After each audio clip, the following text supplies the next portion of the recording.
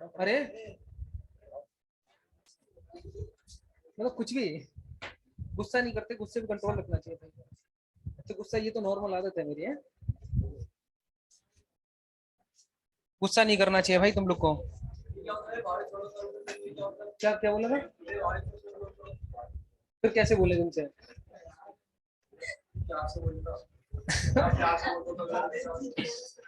अरे यार मतलब क्या चाहते हो तुम? भाई ये कह रहे हैं पीडीएफ नहीं आई ग्रुप में। दूसरा आप ललित सर को फोन करो फिर एक बार। आप हो सर उस ग्रुप में?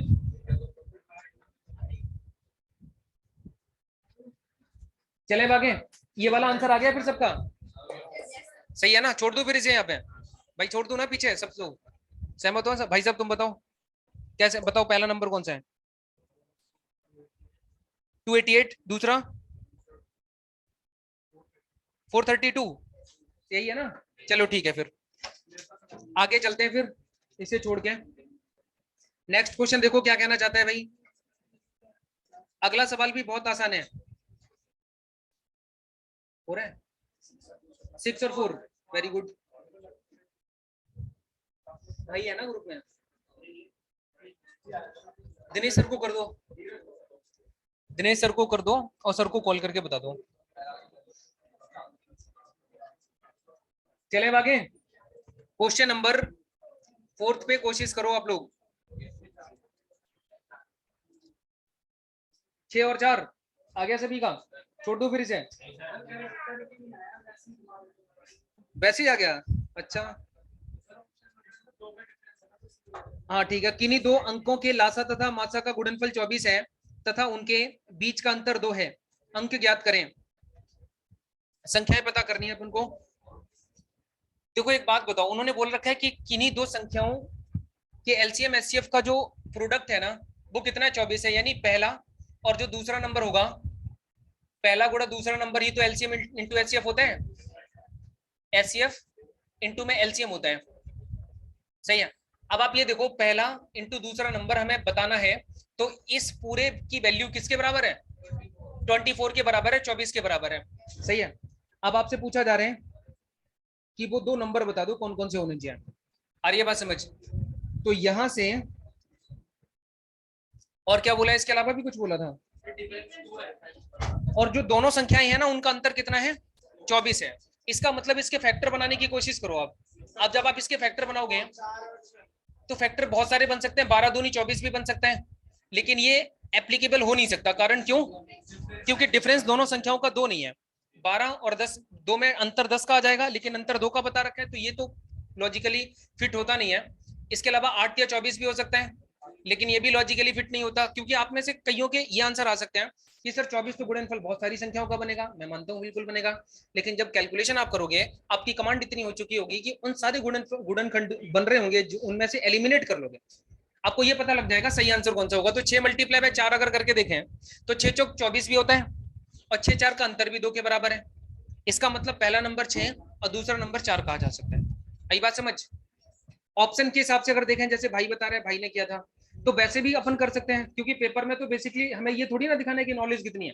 बात तो आंसर लगाना है, चाहे तुक्के से आ जाए कोई बात नहीं, लेकिन सही होना चाहिए। तुक्के भी ऐसे हों जो रेगुलरली आपके सेट होते हो, तो फिर आप कर सकते हो। वैसे रेगुलरली होते नहीं है ना? तो आप यहाँ पे देखोगे पहले वाले ऑप्शन में 4,9 लिखा हुआ है। 4 और 9 में अंतर कितना है? 5 का। ये तो हो नहीं सकता। दूसरे में 6 4 अंतर 2 का। फिर सी ऑप्शन देखा, 3 2 अंतर 1 का, नहीं हो सकता। अगला ऑप्शन 9 4 नहीं हो सकता। इसका मतलब एक ही विकल्प ऐसा है जहां पे दोनों संख्याओं के बीच में अंतर कितने का है? 2 का। तो सीधा सीधा आंसर हो गया आपका बी फॉर बॉय। अगले सवाल पे चलें। पीडीएफ की व्यवस्था कर दी आपने सर? ठीक है। हाँ पीडीएफ आप लोगों के पास आ जाए तो प्लीज कमेंट करके बता देना। क्वेश्चन नंबर 5 की बात करें तो ये कहता है किन्हीं दो अंकों का लासा इतना है और उनका मासा इतना है।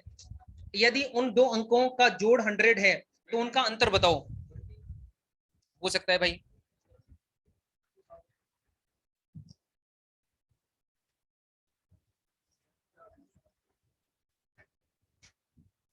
भाई सभी लोग क्वेश्चन नंबर 5 को ध्यान से पढ़ें, उसके बाद मैं आपको समझाने की कोशिश करूंगा, आप समझ लेना।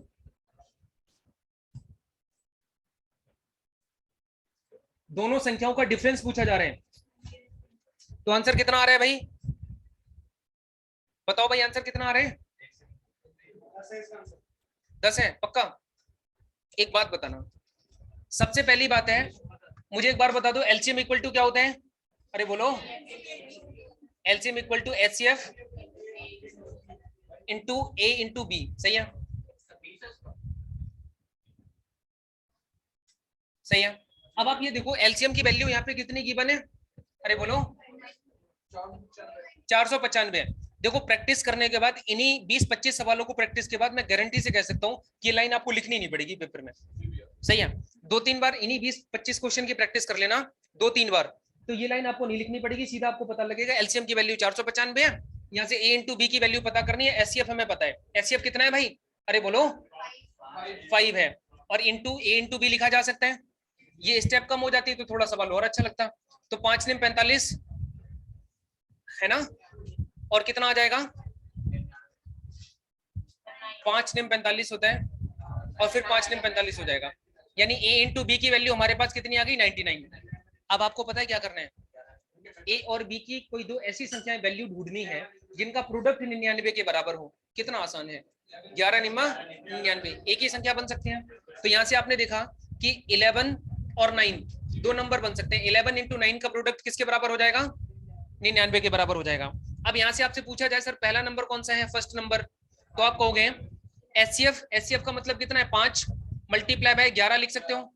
और सेकंड नंबर अगर आपसे पूछा जाए तो सेकंड नंबर हो जाएगा आपका 5 मल्टीप्लाई बाय, अरे बोल के बता दो, 9, बिल्कुल ठीक जवाब।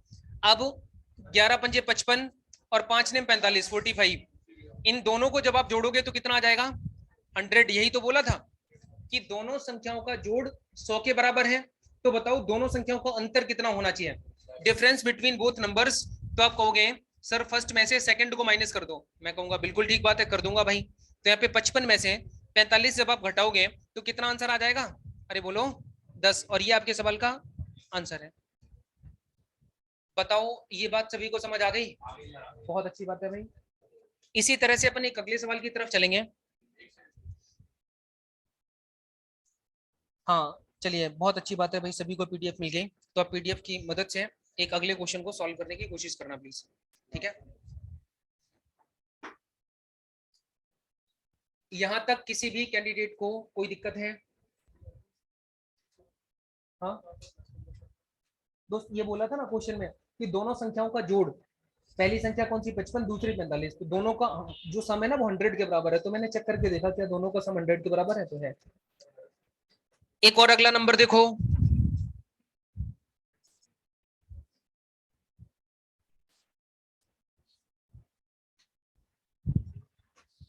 देखो ये सवाल मैं आपको समझाता हूं। क्वेश्चन नंबर 6, इसमें ज्यादा कुछ करने की जरूरत है नहीं।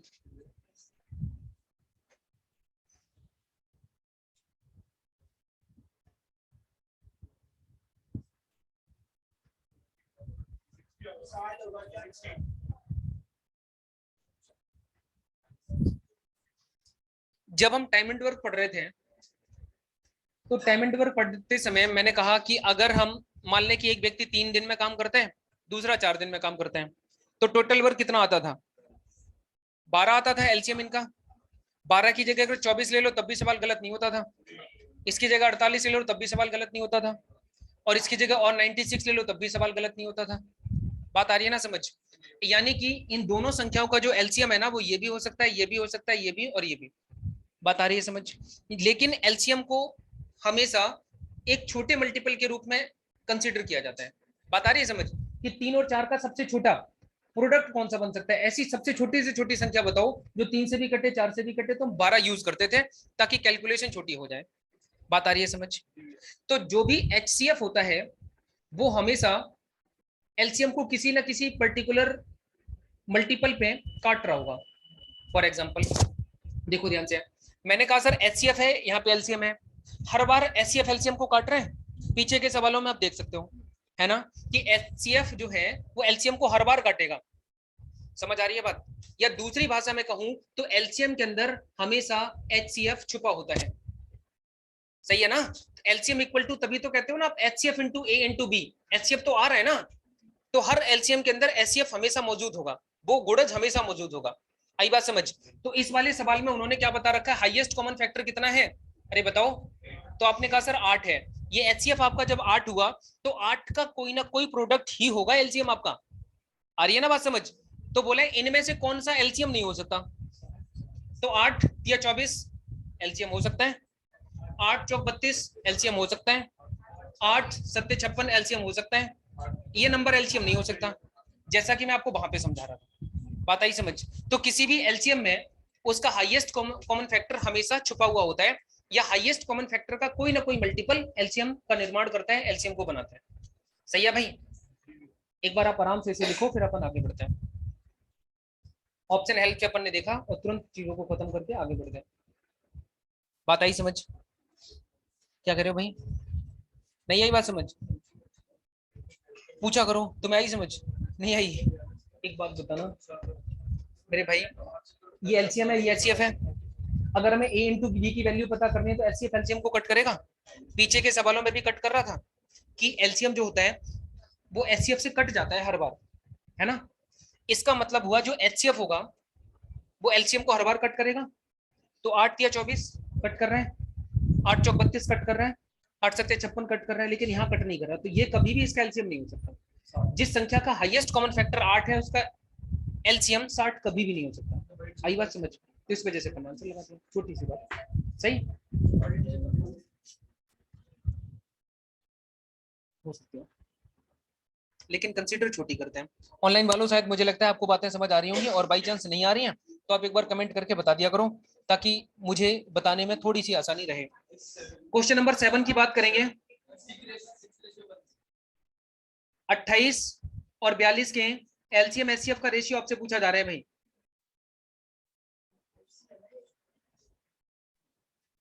क्या हुआ? नहीं नहीं, ये 32 है।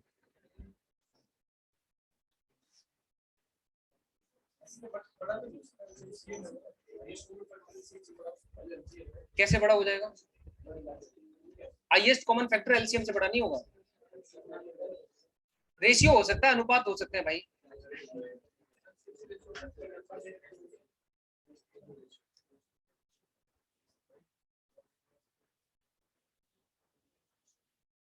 कहाँ दे रखे अंक? वो नंबर है भैया, नंबर है। एलसीएम ऐसे थोड़ी ना है। The LCM and HCF of the number, oh sorry, यहाँ पे लिखो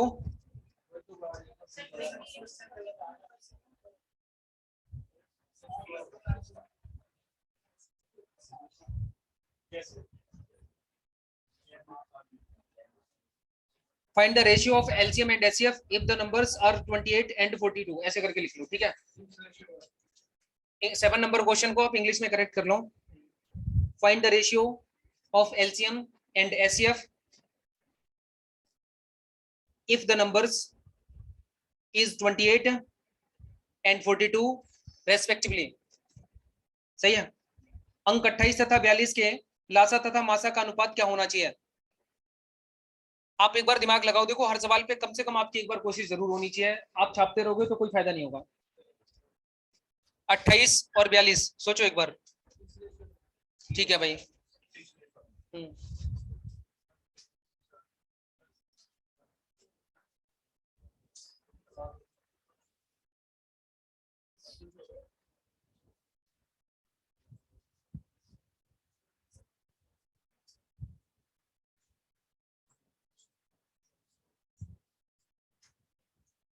हो गया? ऑप्शन से भी कर सकते हैं, वैसे भी कर सकते हैं। देखो एक बात समझना, शुरुआत में जो पहली स्टेप मैंने लिखवाई थी ना, आप उस पर थोड़ा सा सोचो। दो संख्याएं हैं आपके पास, पहला नंबर है 28 और दूसरा नंबर कौन सा है? 42, 42। अब ये जो 28 नंबर लिखा हुआ है ना ऊपर की तरफ, इस 28 नंबर को अपन लिख सकते हैं 14। कोई बड़ी से बड़ी संख्या बताओ जो इसे भी कट कर दे और इसे भी कट कर दे। बड़ी से बड़ी संख्या 7 हो सकती है, 7 से बड़ी 14 भी हो सकती है। क्या 14 से बड़ी भी कोई हो सकती है? नहीं हो सकती। तो लास्ट नंबर 14 है, 14। मैंने कहा बड़ी से बड़ी संख्या बताओ जो इन दोनों संख्याओं को कट कर दे। तो आप कहोगे सर 14 हो सकती है, 14 मल्टीप्लाई बाय 2 और यहाँ पे 14 मल्टीप्लाई है। ये बात समझ आ गई? यहां से आपको पता है क्या पता लग गया? HCF पता लग गया, हाईएस्ट कॉमन फैक्टर अपन को पता लग गया। और जब हाईएस्ट कॉमन फैक्टर पता लग गया तो ये भी हमें पता लग रही है वैल्यू, जो अदर गुणनखंड होते हैं इनके, तो ये ए आ जाएगा और ये बी आ जाएगा। एक चीज और लिख लो चाहे तो, ए और बी जो अन्य गुणनखंड होते हैं ये हमेशा को प्राइम नंबर होते हैं, सह अभाज्य संख्याएं होती हैं। लिख लो, ये जो ए और बी होते हैं नंबर, ये हमेशा को प्राइम नंबर होते हैं, सह अभाज्य संख्याएं होती हैं।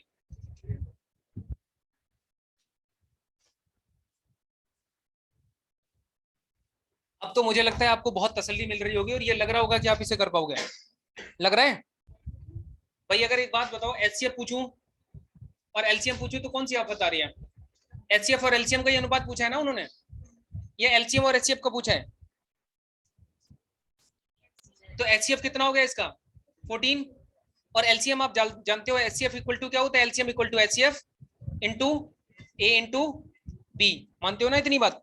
14 से 14 कट जाएगा, आंसर इट मस्ट बी 1:6। सही है?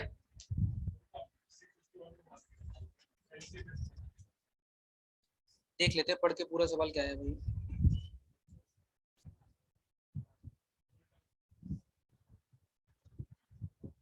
सवाल में लिखा हुआ है लासा तथा मासा का अनुपात। हाँ भाई, मैंने अभी पूछा भी था तुमसे, मैंने बोला था एलसीएम एचसीएफ है या एचसीएफ एलसीएम है, तो आपने बता दिया एचसीएफ एलसीएम है। ये बार बार मैं एचसीएम कर देता हूँ, ये गलती मत करना तुम दोबारा, क्योंकि मेरे से बार बार हो रही है। एचसीएफ होता है ये। यहाँ पे बोला था एलसीएम और एचसीएफ का अनुपात बताओ। अगर एचसीएफ एलसीएम होता तो 1:6 आंसर होता, लेकिन आपसे पूछा है एलसीएम और एचसीएफ का रेशियो, तो ये कोई बहुत बड़ी बात नहीं है, आप लोग जानते हैं। एलसीएम हमारे पास कितना है? 6 और ये 1, तो आंसर आ जाएगा 6:1। सही है? नहीं आया समझ भाई साहब? ये सब पहले वाली बातें हैं, शुरुआत के दौर की बातें हैं आज की क्लास की। अच्छा, आज की क्लास में कोई भी सिंगल बच्चा ऐसा बैठा है जिसे नहीं समझ आई बात कुछ भी आज की क्लास में? थोड़ा बहुत कहीं कोई कंफ्यूजन रह गई? हाथ उठाओगे? अच्छा, जिन्हें सारी बातें समझ आ गई, तुम दोनों को तो पता है मुझे, ठीक है, तुम नहीं उठाओगे तब भी। जिन्हें सारी बातें समझ आ गई, इधर तुम तीनों चारों को नहीं आई समझ? हाथ में दिक्कत है कुछ? तुम्हारे हाथ में दिक्कत, चोट वोट लगी? नहीं, फिर ठीक है, आगे चलते हैं। किसे क्या बताओ दिक्कत हो तुरंत पूछा करो ना वहां पे। क्वेश्चन समझ नहीं आया मेरे दोस्त? एक बात बताओ, क्वेश्चन सिंपल था कि पहली संख्या 8 है, 28 है, दूसरी संख्या 42 है, कोई दो संख्याएं दे रखी हैं। जब मैंने क्लास को स्टार्ट किया था तो मैंने दो एग्जांपल लिए थे, एक नंबर लिया था 20, दूसरा 25। सही? मैं चाहता तो उसकी जगह कोई और ले सकता था, या आप चाहो तो आप उसकी जगह कोई और नंबर ले सकते हो। सही है ना? अब यहाँ से मैंने यहाँ पे देखा क्वेश्चन में दे दिया 28 नंबर, यहाँ दे दिया 42 नंबर।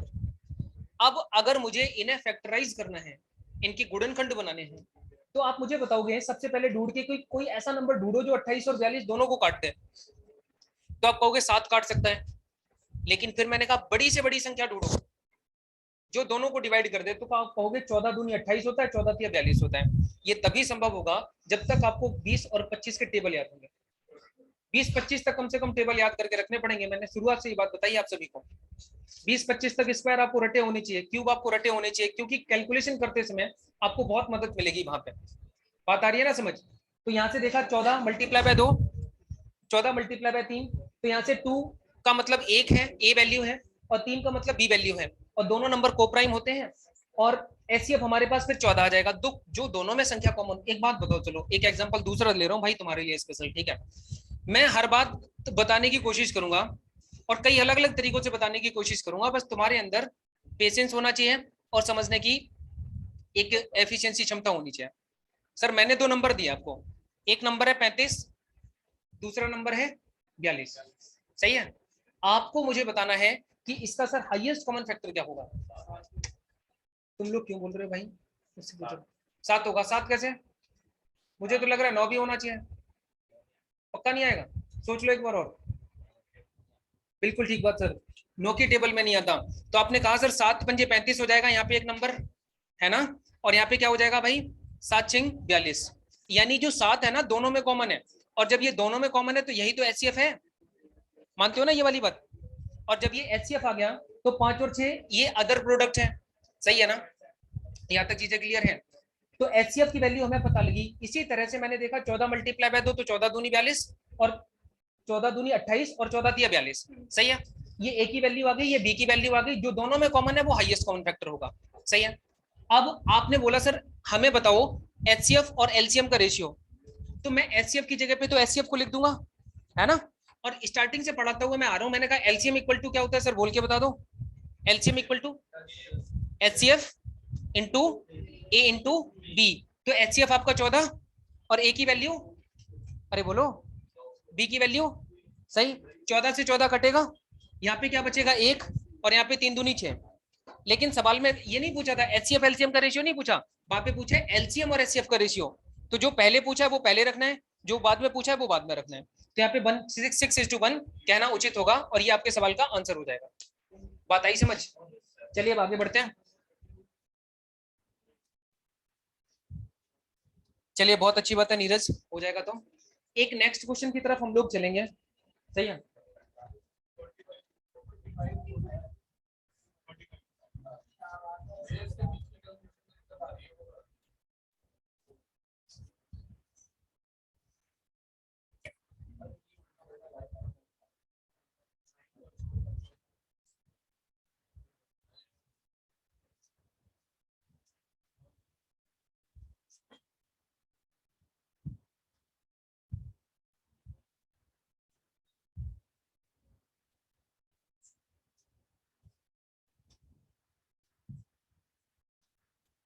आठवां क्वेश्चन करें एक बार।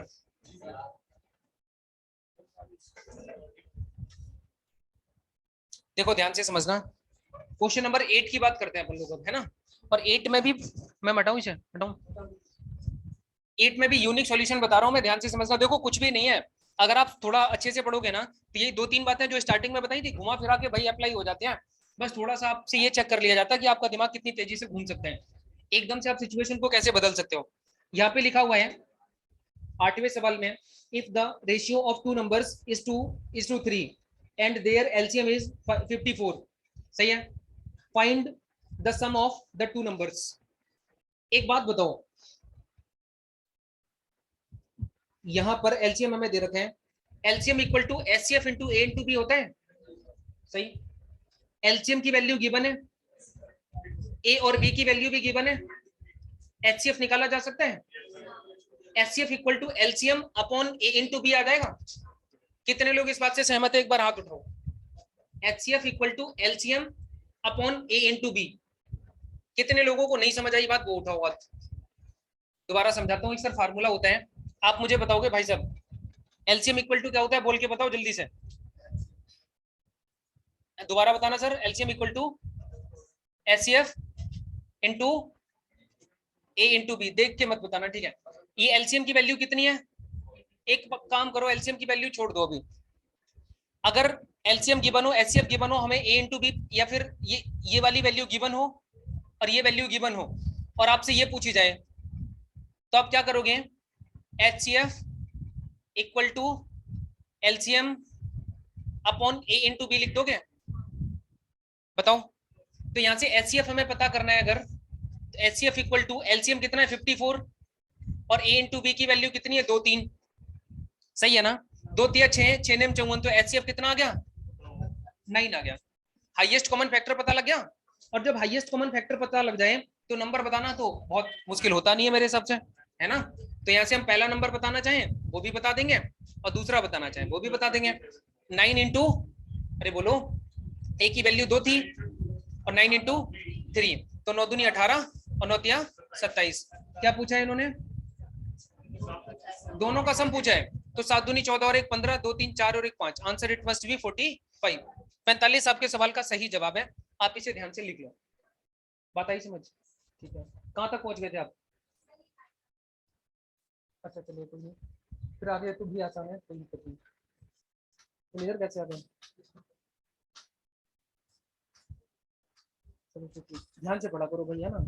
बहुत अच्छा लगता है हमें भी जब आप एक अच्छा रिजल्ट देते हो और रिजल्ट ओरिएंटेड बढ़ते हो, है ना। सही है। ओ सॉरी, कहाँ लिख गया, अब सही है इस बार। जी सर बिल्कुल बताएंगे, डोंट वरी, बिल्कुल चिंता मत करो।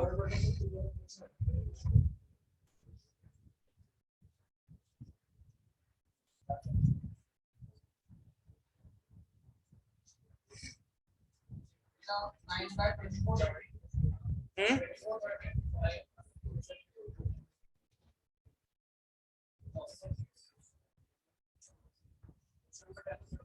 नहीं कुछ गड़बड़ नहीं। क्वेश्चन नंबर 9 तो हो जाएगा ना तुमसे?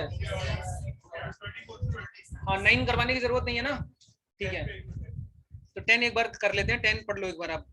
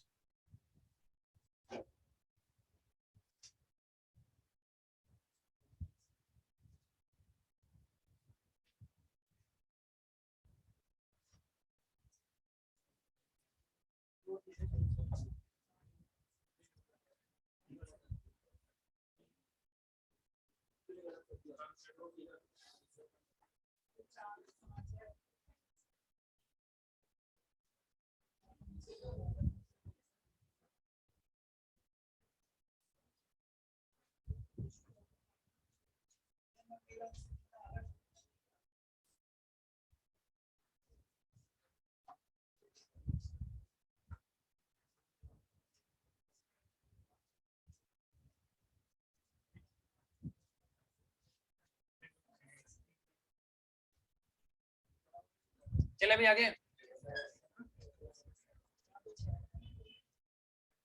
देखो 10 नंबर क्वेश्चन सभी ने पढ़ लिया? एक बार पढ़ लो दोबारा से, बहुत आराम से, ताकि लैंग्वेज आपको समझ आ जाए। क्वेश्चन में बोला जा रहे हैं एलसीएम प्लस एचसीएफ, एलसीएम और एचसीएफ का सम किसके बराबर है?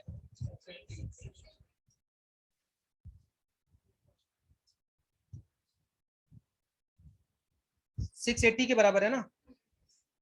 और कुछ दे रखे हैं?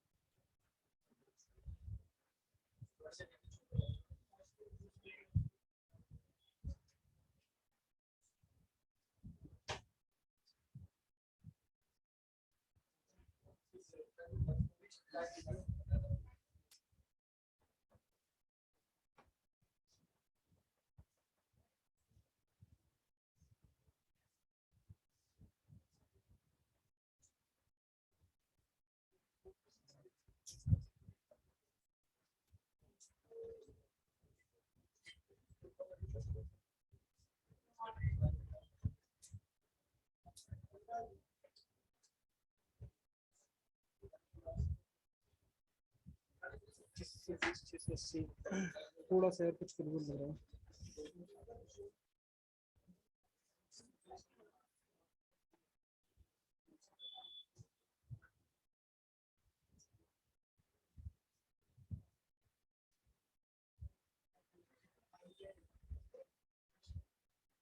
क्वेश्चन नंबर 11 देखना है यार, इसमें थोड़ा सा हमें लग रहा है 680 की जगह नंबर ना कुछ 680 गड़बड़ कर रहा है, 56।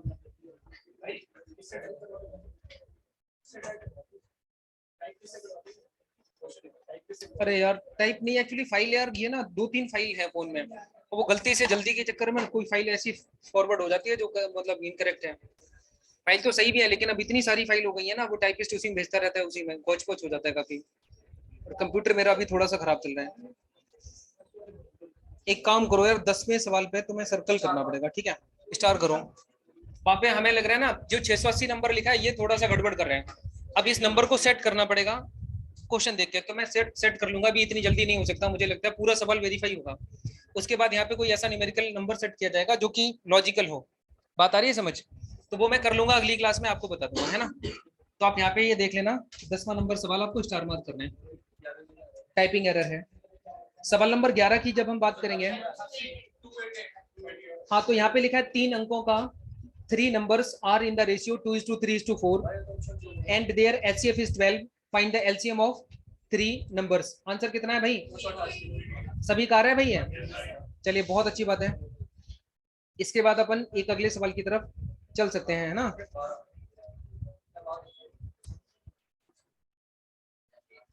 288 नहीं आएगा भाई इसका आंसर, 144 आंसर आएगा। कौन सा? एक सेकंड रुकना,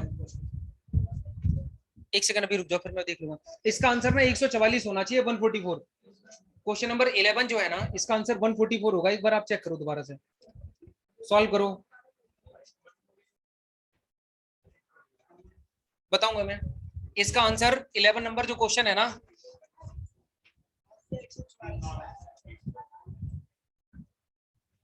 क्वेश्चन नंबर 11 देखना ध्यान से। ये आपका क्या कहते हैं, हाईएस्ट कॉमन फैक्टर हमें दे रखा है कितना, 12, है ना। और जो नंबर दे रखे हैं ना, उन्होंने 2 3 4 दे रखे हैं।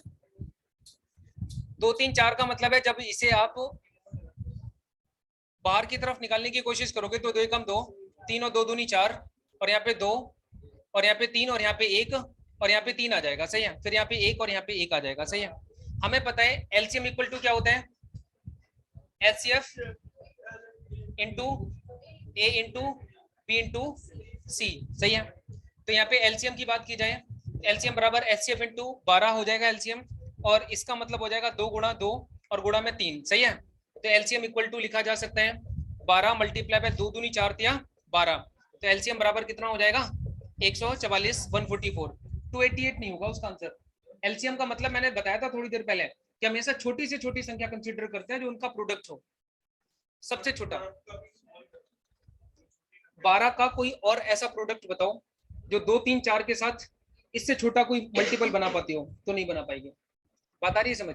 288 तो हो सकता है, 288 का डबल करोगे वो भी हो सकता है, लेकिन एलसीएम का मतलब हमेशा छोटे से छोटा प्रोडक्ट यूज करना होता है। तो 144 288 के केस में हम 144 को प्रायोरिटी पर रखेंगे।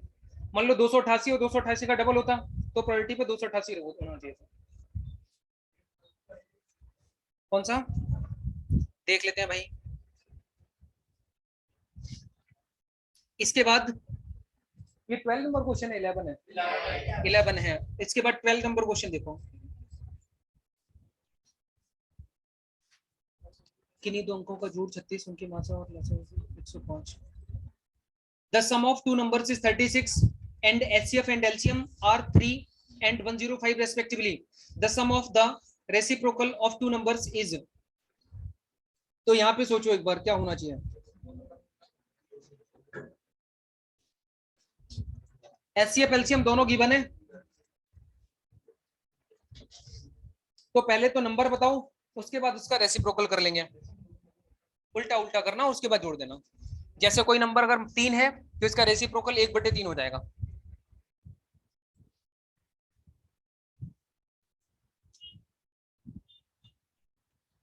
देखो इस नंबर का एचसीएफ कितना है, हाईएस्ट कॉमन फैक्टर कितना है, 3, और एलसीएम कितना है, कितना भाई, 105, ठीक है। अब आपको एक बात पता है, एलसीएम इक्वल टू क्या होता है,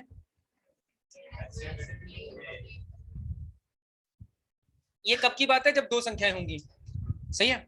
एलसीएम की वैल्यू कितनी, 105 इंटू में 3 और बराबर, sorry, equal to 3 multiply by a into b. तो यहां से जब मैं इसे कट करूंगा तो ए इंटू बी की वैल्यू किसके बराबर आ जाएगी, 3 5 15 35 के बराबर, सही है। तो यहां से आपको ए की वैल्यू पता लग सकती है 5 और बी की वैल्यू पता लग सकती है 7। यहां तक बात समझ आई? और जब आपको यहां तक बात समझ आ गई तो ए और बी दो बातें हमें पता है। अब पहला नंबर बता सकते हो क्या, एचसीएफ इंटू ए, तो 3 मल्टीप्लाई बाय 5 बराबर 15 हो जाएगा पहला नंबर। और दूसरा नंबर कितना हो जाना चाहिए, 3 मल्टीप्लाई बाय 7 बराबर में 21। दोनों नंबर पता लग गए। अब इनका जब आप रेसिप्रोकल करोगे तो 1 upon first number plus 1 upon second number, सही है। तो 1 equal to 1 upon first number कितना है 15 और सेकेंड नंबर कितना है 1 अपॉन 21। अब इन दोनों का एलसीएम ले लो, एलसीएम कितना आएगा 15 21 का, 15 दूनी 30 और 15 एकम 15, बताओ भाई कितना आएगा। 105 ले सकते हैं, 21 पंजे भी 105 होता है, हाँ ठीक है। 105 एलसीएम आ गया नीचे वालों का, और जब ये एलसीएम आया तो 15 सत्ते 105 और 21 पंजे 105, तो 7 और 5 12 बटे 105 आ जाएगा। अब आप दोनों को काटो, 3 चौक 12, 3 3 9, 3 25 15, तो आंसर आ जाएगा 4 बटे 35, सही है। हाँ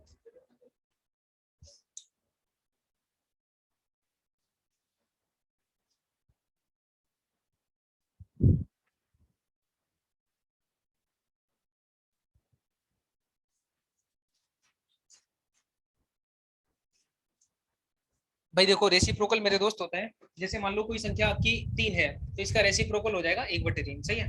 कोई संख्या 5 है तो इसका रेसिप्रोकल हो जाएगा 1/5, सही। तो यहाँ तक तो आप जानते हो, पहला नंबर आपके पास 15 है और दूसरा नंबर आपके पास 21 है, तो पहले नंबर का रेसिप्रोकल 1/15, दूसरे का रेसिप्रोकल 1/21, फिर इस फ्रैक्शन को सॉल्व करना है, सही। अगला सवाल पढ़ लो आप एक बार, अभी देख लूंगा, बिल्कुल देख लूंगा, थोड़ा सा रुक जाओ। पहला प्लस दूसरा, दो नंबर्स की अगर हम बात करें, पहला और दूसरा है,